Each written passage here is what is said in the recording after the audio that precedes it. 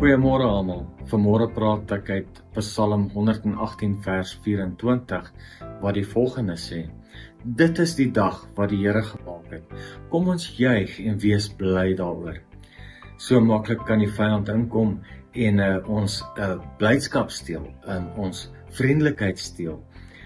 Deur watter rede ook al, of dit nou slegte nuus is, of iemand wat agter ons rug praat, of iemand wat jou dalk vloek as hulle verby jou ry, of snaakse vloeking. Dalk miskien verloor jy dit as iemand voor jou met die taxi inry of iets van die aard. Dan is ons dag heeltemal omgekrap.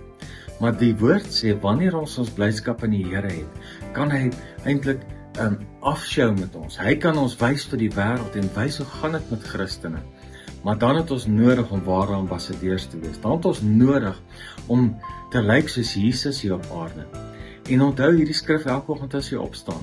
Dit is die dag wat die Here gemaak het. Kom ons juig en wees bly in dit.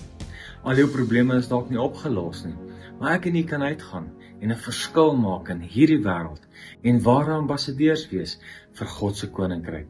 En hy kan mense bring om na ons te kyk en te sê, dis beter in God se koninkryk as daar buite. Kom ons bid saam.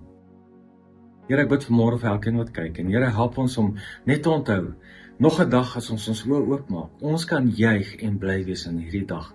Ons kan dink wat U gedoen het vir ons, en ons kan uitgaan en 'n verskil gaan maak in hierdie wêreld, om mense na U koninkryk te bring, in hierdie dag, in Jesus naam.